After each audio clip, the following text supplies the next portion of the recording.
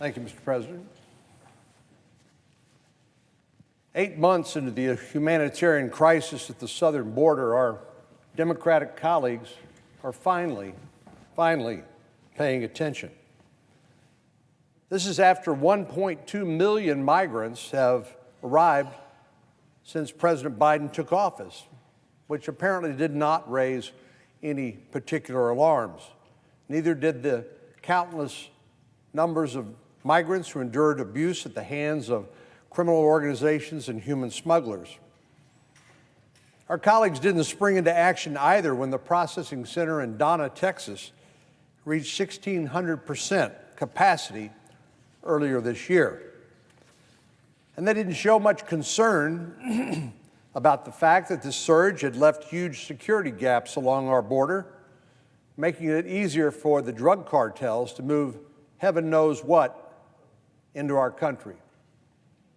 Actually, we do know what they moved into the country because more than 90,000 Americans died of drug overdoses last year, principally from illegal drugs imported across the U.S.-Mexico border. But finally, our Democratic colleagues seem to be paying some attention. Over the last several days, more than 15,000 migrants, primarily Haitians, have arrived at Del Rio, Texas, a town of about 35,000 people. 15,000 migrants in a town of 35,000. You can imagine what sort of reaction they had. These migrants have set up camp under the International Bridge, and Border Patrol, state and local officials have been working around the clock to ease the humanitarian crisis.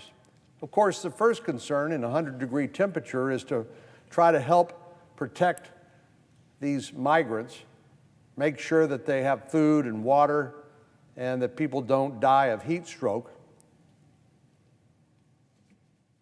I want to thank the Border Patrol, who does a lot of good work, and a lot of the good work they do is actually save lives of migrants who are suffering from exposure or injury, have been left behind by the coyotes, but also are the law enforcement arm of the federal government to secure the border. So the Border Patrol, local and state law enforcement, and everyone seem to come together to meet the surge of migrants in Del Rio. But like the front lines of the COVID-19 pandemic, these men and women have been operating in crisis mode for months and are expected to carry the weight of a crisis that everybody knew was coming. As the Biden administration races to respond to the crisis now, finally, I'm left wondering, why didn't they see this coming? After all, 1.2 million migrants have crossed our border just since Joe Biden put his hand on the Bible and took the oath of office on January the 20th. The president campaigned actually on the promises of policies that were certain to lead to a surge of migrants at the border, and that's just what we've seen. When the president and Director Mayorkas, Vice President Harris say, "Don't come," the migrants see people pouring across the border in the hundreds of thousands and successfully making their way into the interior of the United States. The human smugglers, the criminal organizations that move migrants from their homes across the border, they're getting rich. They're whispering in the ear of the migrants, said, "These people made it, you can make it too. Just give me my money." Earlier this year, a woman who crossed the Rio Grande on a smuggler's raft said the Biden administration was the reason that she and her one-year-old son attempted the dangerous journey at all. She said, quote, "That gave us the opportunity to come." Some of the closest followers of the president's words and the administration's actions are the cartels and criminal organizations that get rich off of the backs of these migrants. Actually, it's pretty good money Let's say on average, these migrants and their families pay $5,000. And it varies depending on where you want to come from. If you want to come from a little farther away, it's a little more expensive. If you're a little closer to the border, it's a little cheaper. But let's say on average it's $5,000. You multiply 1.2 million migrants times $5,000. That's a huge windfall to these criminal organizations. It's good business. It's a great business model.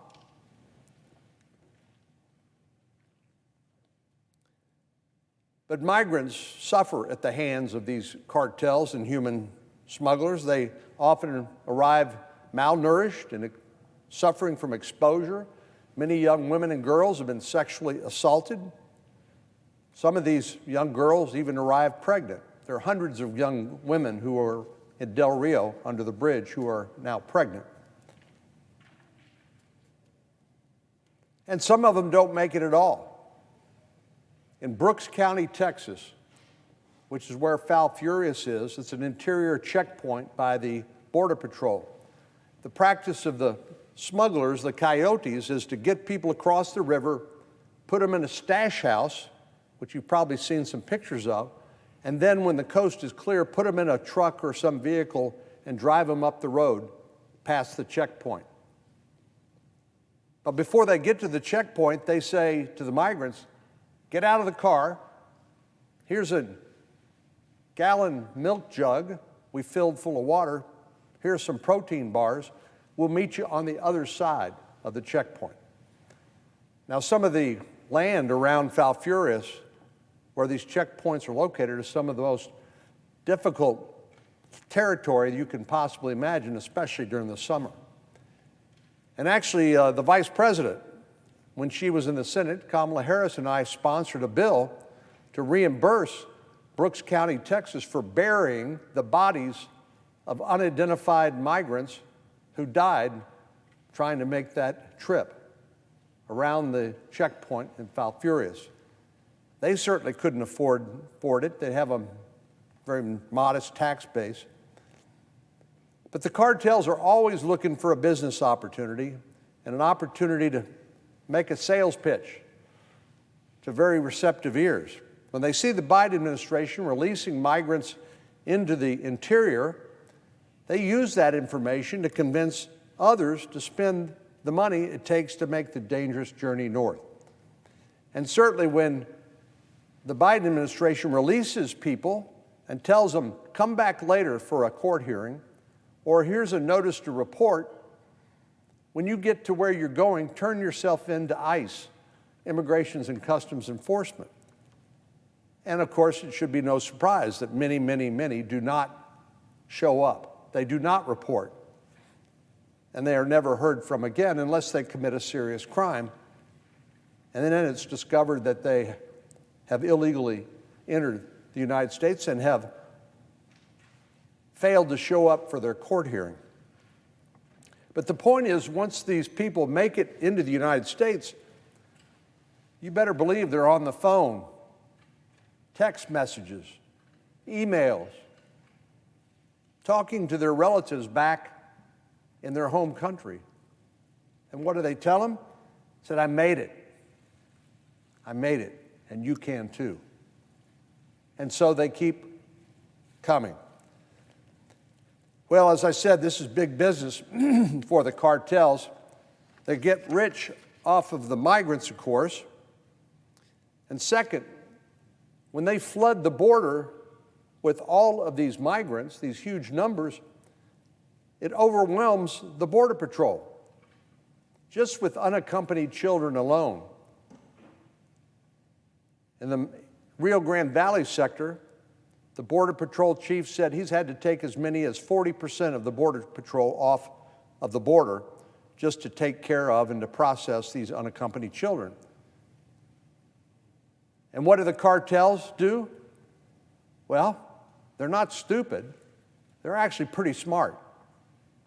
And they know when Border Patrol is not guarding the border, that this is a tremendous opportunity to move their illegal drugs across the border into the United States. This isn't just some conspiracy theory. This is a tried and true tactic of the narcos. Earlier this week, the administration admitted to congressional staff that this was a coordinated effort by the cartels to direct Haitian migrants to a single location and overwhelm Customs and Border Protection. In other words, this entire surge was orchestrated by a bunch of criminals.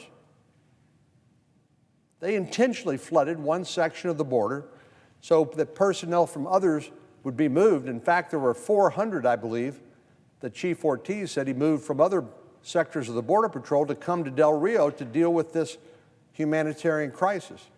And you better believe that the cartels took advantage of the fact that they left holes in our security along the border in order to ply their poison and to move more migrants across the border. Even though we're familiar with the tactic and we've seen it time and time again, the administration still removed agents from checkpoints in the Del Rio sector to respond to the migrant surge, playing right into the hands of the cartels when they took agents off the front line. The cartels are simply playing a game. Well, actually, they're playing three-dimensional chess while the Biden administration is playing checkers. And the cartels are continuing to get rich off of this trafficking in human beings and drugs. No surprise, this shifting of resources is simply not sustainable. The administration continues to play whack-a-mole on the southern border. Every time progress is made on one crisis, another one pops up. The administration says they're trying to control the crisis in Del Rio, and there were early statements that they would make use of Title 42, a public health title that gave the Border Patrol authority to expel migrants based on concerns about spreading COVID-19, because these migrants are not tested, they're not vaccinated, yet they're put on buses and sent off into the interior of the United States to contribute to the ongoing pandemic. But the administration does have tools. Title 42 would have given them the authority to turn back the migrants, at least the adults. But now, with reports that the administration continues to release migrants into the United States, this backsliding will cause this situation to repeat itself. Maybe the next surge won't be in Del Rio. Maybe it will be in the Rio Grande Valley or El Paso or any other sector in the U.S.-Mexico border. My state has 1,200 miles of common border with Mexico. There's 2,000 miles of common border with the United States and Mexico. So my state is feeling the disproportionate negative impact on our border communities, and they need help.